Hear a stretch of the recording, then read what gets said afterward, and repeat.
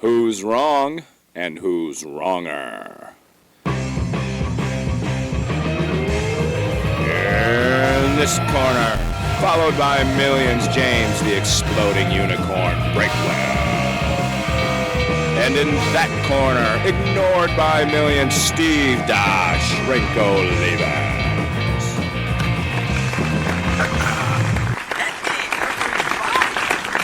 Welcome to Wrong and Wronger, the podcast that launches when you hit play. It doesn't matter what time the hosts say they're going to record because we're always here for you.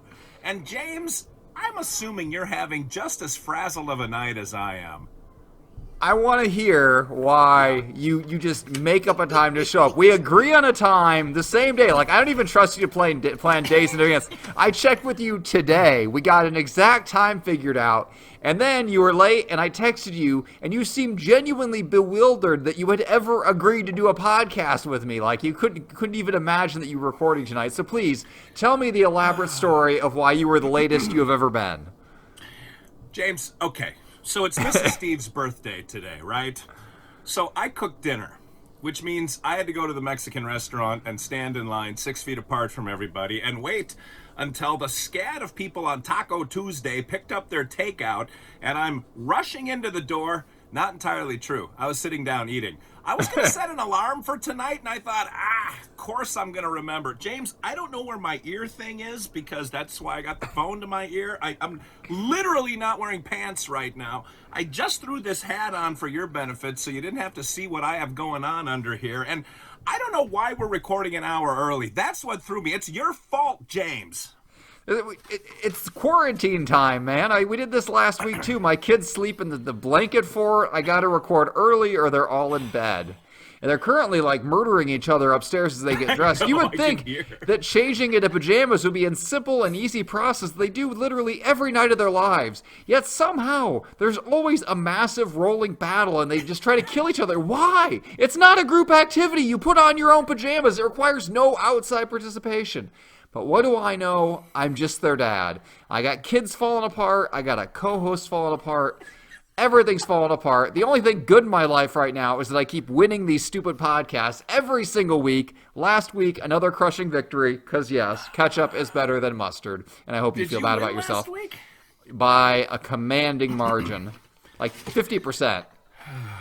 I don't even know what day it is, James. I should get the sympathetic vote this week because I have to tear myself from birthday dinner with probably one of the last few wives I'll ever have for the rest of my life just to come up and talk to you.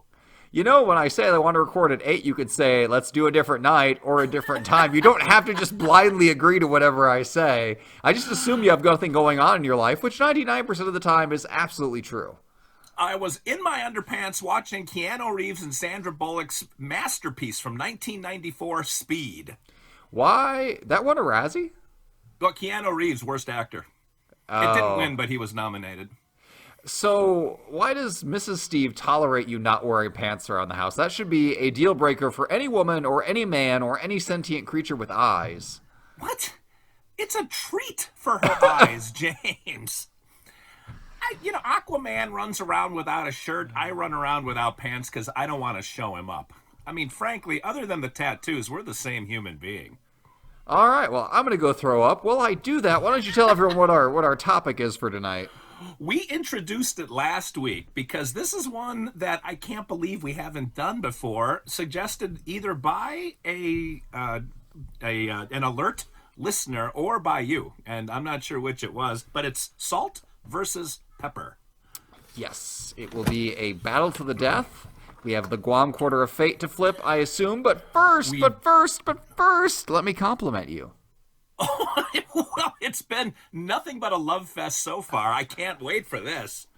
I would like to compliment you for going out and doing the bare minimum for your wife on her birthday. A lesser man might give in and be super kind to his wife on his birthday, but not you. You pulled a James Breakwell. You held the line. Store-bought cakes, store-bought tacos, store-bought everything.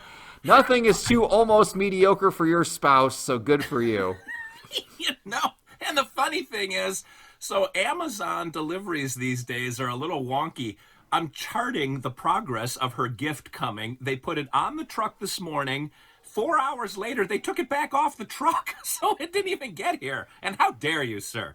Are you trying to my ship? fingers to the bone.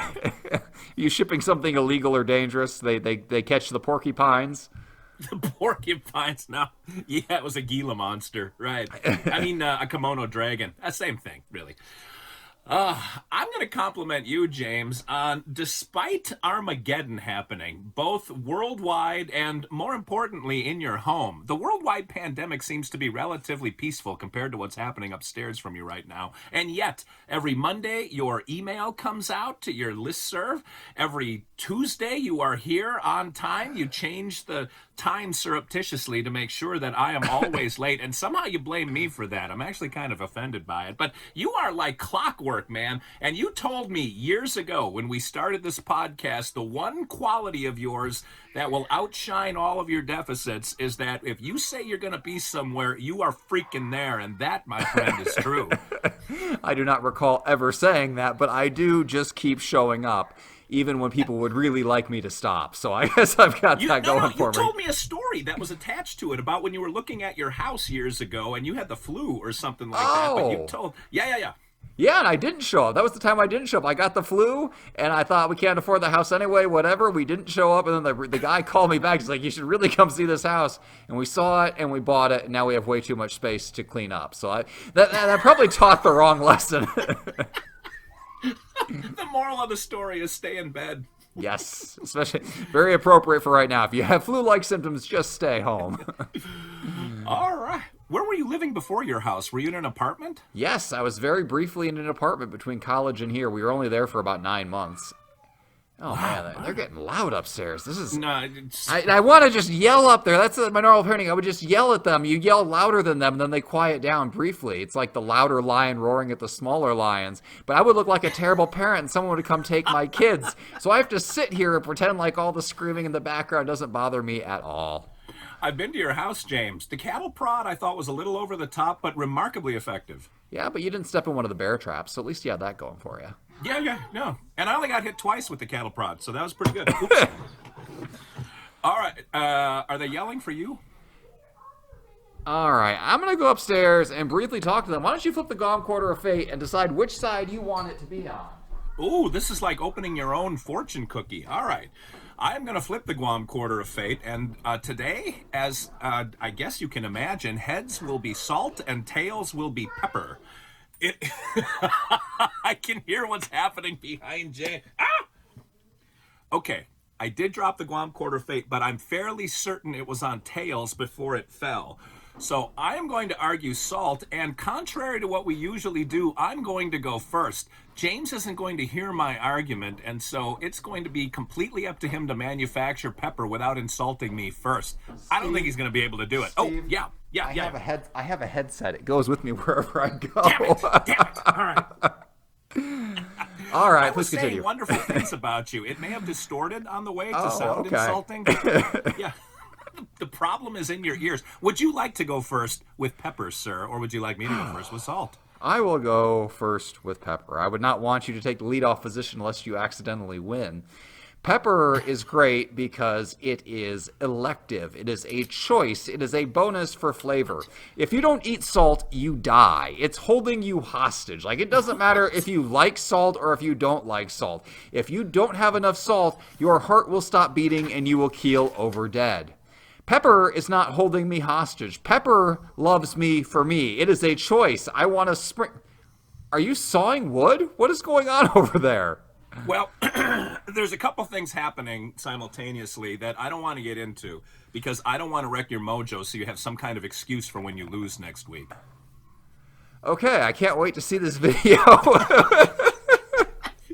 Well, when I was writing, it was shaking the whole camera thing, so I'm having to hold the phone and the pen and the paper, and I don't have my tablet, so I've got a packet, which is the list of the Arena League football rules that I was supposed to have read and committed to memory by the time the season started a month ago. But anyway, James, really, I don't want to slow your roll because people are going to discard what you say anyway. I want the jury to strike the last minute and a half. The arena football thing reminded me of another fun story I need to get out on this podcast sometime. But for now, I will stick with the fact that pepper just spices spices up life. It's there for flavor. Salt really just makes things taste like more of what they are. If you put it on meat, you just taste more meat. It just draws out the flavors that are in there. Pepper is an additive flavor. It brings a bonus to it.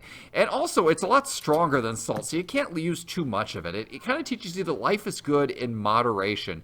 It's a spice. Salt's a necessity. It's like saying that salt is better than pepper is like saying that like water is better than wine. Like, okay, yeah, you have to have water or you die, but I think wine's pretty great.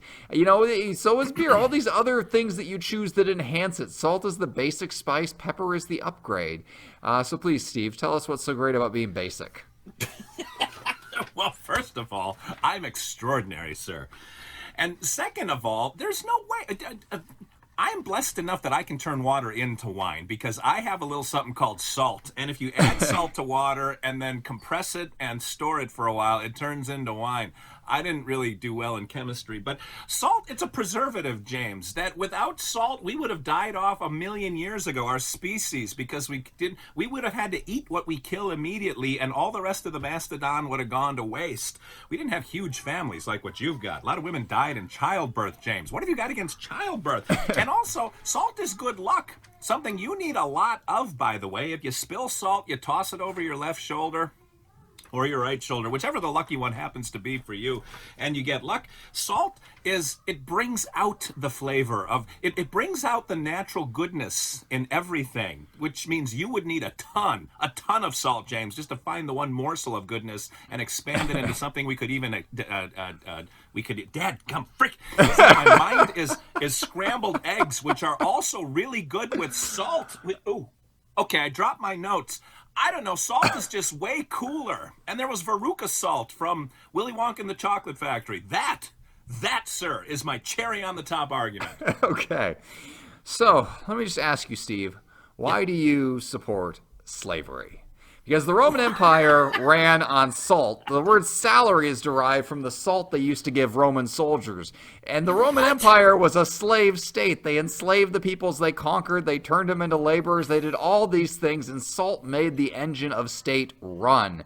If without salt, it would have all been fallen apart, and those people would have been free.